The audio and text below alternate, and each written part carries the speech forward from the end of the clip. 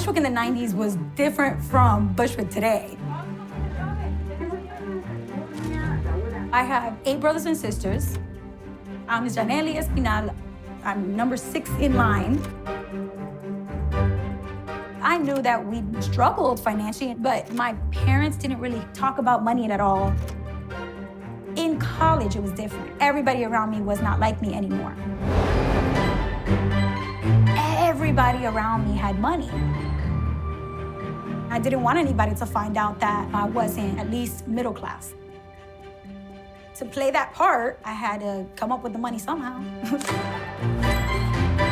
I was using credit cards to do anything and everything. I was just trying not to feel like an outcast. And so it was just getting out of control. $5,000, $10,000, $15,000. That's when I kind of realized, like, all right, I have a money problem. In the early 80s, my dad was told, if you go to New York, like, you can literally just pick up gold and money on the streets. There's so much money there. From this mountainous area in the Dominican Republic to this concrete jungle, he did not find gold coins on the street. He worked washing dishes, mopping floors. We lived maybe 15 minutes walking distance to Wall Street, where all of the big financial decisions that move markets in the world happen. So close, yet so far. When it comes to financial systems and access to wealth and money, it's always been that. So close, but so far. 31 years as a chef and 21 in the taxi, so that's 50 years. Woo! After college, I ended up with $20,000 of credit card debt. I realized if I didn't do something about this, I would continue to perpetuate the generational cycle of poverty in my family. So how do I fix my own credit score right now? But I didn't know anybody who could talk to me about it. So I found this book called Women and Money. I'm getting this book. 401k, my Roth IRA, my HSA, my brokerage account, inflation and expense ratios. This is basic information. It's just crazy that I went through kindergarten through the 12th grade, an Ivy League school, master's degree, became a teacher, and never learned any of the things in this book.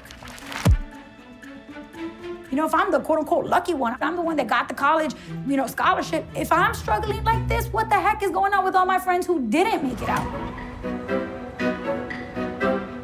It just hit me that I think I need to be this bridge between what I've learned a ton about in this book and what we're not talking about back home and in communities like it. So I started to create these videos, and that would kind of get people to open up their eyes wide and go, how do you know this?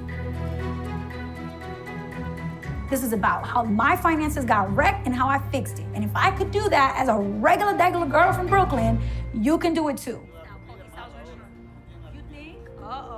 But then it made me think back to my parents. They didn't have any of that. A few years before I went off to college, my dad didn't even have a bank account. So dad's not making money anymore. What's gonna happen? All right, this is what I'm gonna do. I'm gonna open up an online savings account, and everybody in the family set something aside each month, and we'll just, grow it until we feel like it's at a point where dad doesn't have to, keep working. We sat my dad down, and there were tears coming down his eyes, and he looked up and he's like, "You sure? You sure? You guys are sure about this?"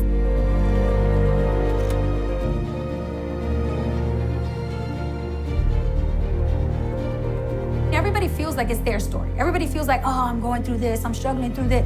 It's not I'm, it's we.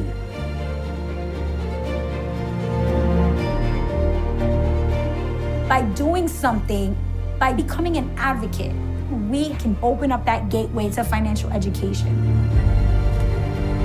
There are these negative cycles in our society, so we have to change that. The root of this conversation is money.